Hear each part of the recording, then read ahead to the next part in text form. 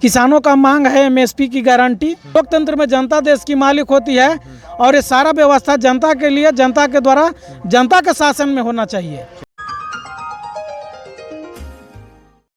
साथियों नमस्कार, आप देख रहे हैं नेशनल जनमंच बलराम कुमार के साथ। और आज जो है से भारत बंद किसानों के द्वारा किया गया है और उसको लेकर के हम बात करेंगे। हमारे साथ सुमन जी है और तमाम लोग हैं किसान आंदोलन को समर्थन कर रहे हैं। क्या नाम है सर आपका? मेरा नाम सुमन सिंह चक्रवर्ती हुआ। क्या कहेंगे? राष्ट्रीय संयुक्त किसान मोर्चा की बंदी का कॉल है जिसका हम लोगों ने समर्थन दिया और किसानों की जो लड़ाई है हम लोग उसको समर्थन करते हैं। जब एक किसानों के खिलाफ में कानून बनाया जा रहा था लॉकडाउन के दौरान, तो हम लोग सोशल मीडिया में इसका आंदोलन कर रहे थे और इस कानून का विरोध कर रहे थे। संयुक्त किसान मोर्चा या अन्य संगठन के द्वारा तो बाद में आंदोलन किया गया, लेकिन हम लोग जिस समय कानून बनाने के बिल लाया गया था संविधान सभा में, लोकसभा में, उसी समय से हम लोग विरोध कर रहे हैं कि कानून में तब्दील ना हो। किसानों का मांग है एमएसपी की गारंटी। स्वामीनाथन का जो रिपोर्ट है उसको लागू किया जाए। फसल का 1.5 गुना मुआवजे का, फसल का जो लागत है उसे 1.5 गुना किसानों को दिया जाए। और जो बॉर्डर पर जो किसान लोग, जो 700 से अधिक किसान जो शहीद हो गए हैं, उनके परिवारों को नौकरी दिया जाए और 1 करोड़ का मुआवजा। और जो है से कि ईवीएम को हटाया जाए, बैलेट पेपर से चुनाव कराया जाए और बूथ पर ही गिनती किया जाए। मैदान में चुनाव की व्यवस्था किया जाए पुलिस की सेफ्टी के दौरान, और वहीं पर गिनती किया जाए तुरंत, ताकि जनता के सामने पता चल जाए कि हमारे बूथ पर किसको कितना वोट मिला।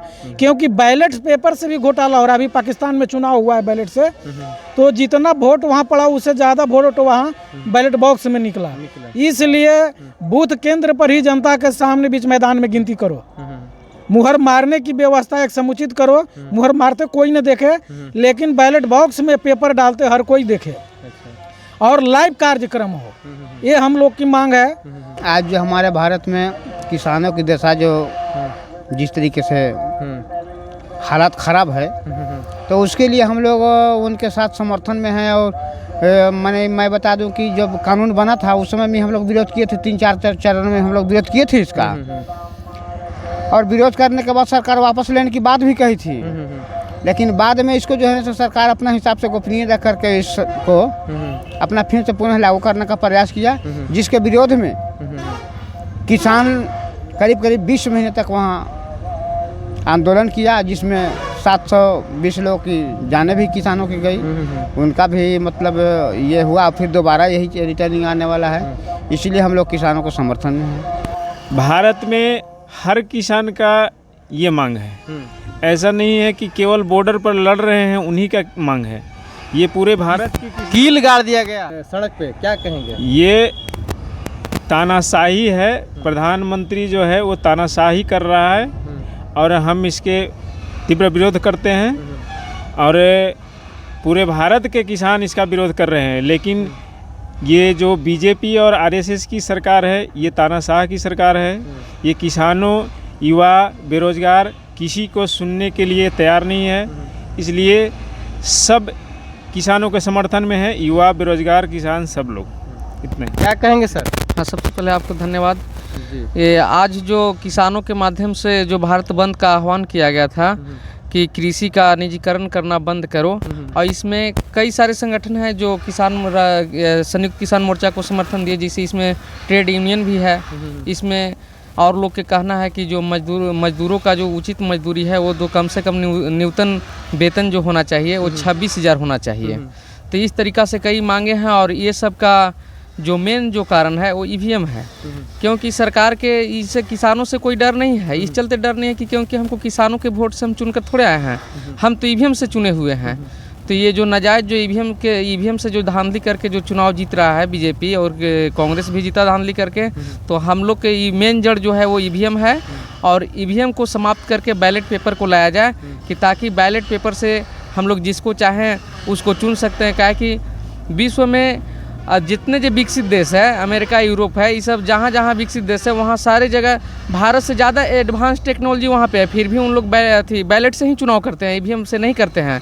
तो हम लोग के जो भारत मुक्ति मोर्चा के राष्ट्रीय अध्यक्ष हुए आदरणीय वामन मेश्राम साहब, उन्होंने संयुक्त किसान मोर्चा को समर्थन दिया था। और राष्ट्रीय किसान मोर्चा जो राम सुरेश प्रसाद वर्मा जी हैं, उसका राष्ट्रीय अध्यक्ष राष्ट्रीय किसान मोर्चा, वो भी संयुक्त किसान मोर्चा को समर्थन दिए हैं। इस किसानों को लेकर के भारत बंद किया गया है तो उसको समर्थन लोग दे रहे हैं। और तो सजीव में बुद्धिमान मनुष्य है, मनुष्य के पास हर कार्य करने की क्षमता है।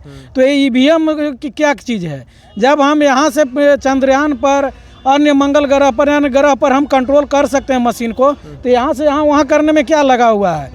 अभी इतना टेक्नोलॉजी फास्ट है कि जो है कोई भी काम नामुमकिन नहीं है। सिंधु बॉर्डर पर जब किसानों का चल रहा था कार्यक्रम, प्रोटेस्ट चल रहा था, तो वहाँ बिना ड्राइवर को ट्रैक्टर को नचाया जा रहा था, और नचाने का रिमोट कंट्रोल कहाँ था? तो किसान के पास। ट्रैक्टर, आपको एक खड़ी गाड़ी, ये फिजिकल डिवाइस है, और जो आपको ईवीएम है वो इलेक्ट्रॉनिक डिवाइस है। तो फिजिकल डिवाइस को हम कंट्रोल कर सकते हैं रिमोट से, तो इलेक्ट्रॉनिक डिवाइस को कंट्रोल करना कौन भारी बात है? कोई भारी बात नहीं है।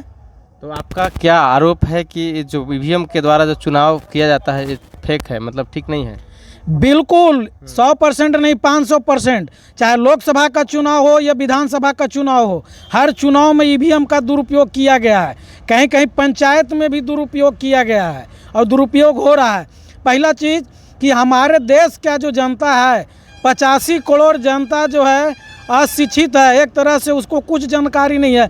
5 किलो अनाज पर मोदी जी ला करके रख दिए। ये जो आरएसएस की सरकार है, मोदी जी तो मुखौटा है, एक फोटो खींचने वाला। इलेक्ट्रल बॉन्ड को लेकर क्या कहेंगे?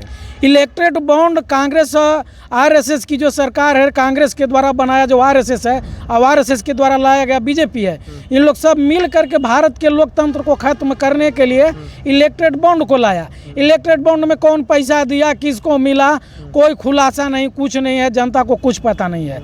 तो जब लोकतंत्र में जनता मालिक है, राजा है, तो राजा के खिलाफ न काम कर रहा है प्रजा। नौकर जो हो गया हमारा, प्रजा तो नहीं है यहाँ, नौकर है, एमपी एमएलए विधायक, जो सर्वेंटर है, डीएम एसपी कलेक्टर, जो पदाधिकारी है, नौकरी करने वाला, सब जनता का नौकर है। अब ये नौकर सब मिल करके राजा के खिलाफ काम कर रहा है। लोकतंत्र को खत्म करने के लिए आरएसएस बीजेपी कांग्रेस के लोग जो है इलेक्ट्रेट बॉन्ड लाए और बड़े पैमाने पर उद्योगपतियों से चंदा ले करके घोटाला करके सरकार बनाए, उद्योगपतियों को माला माल किए और भारत की मूल प्रजा को कंगाल किए।